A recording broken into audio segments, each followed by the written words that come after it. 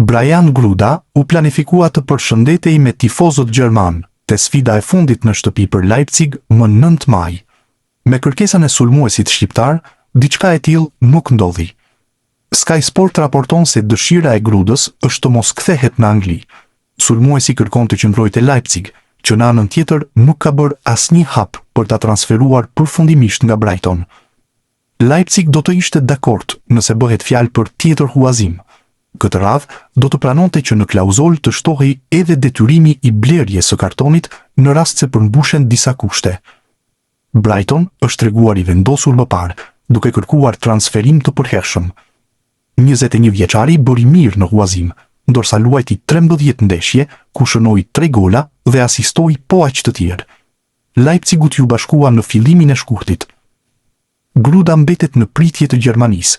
Në anën tjetër, gjasat janë që nëse ftesa mungon, në vazhdim të zgjedh Shqipërinë.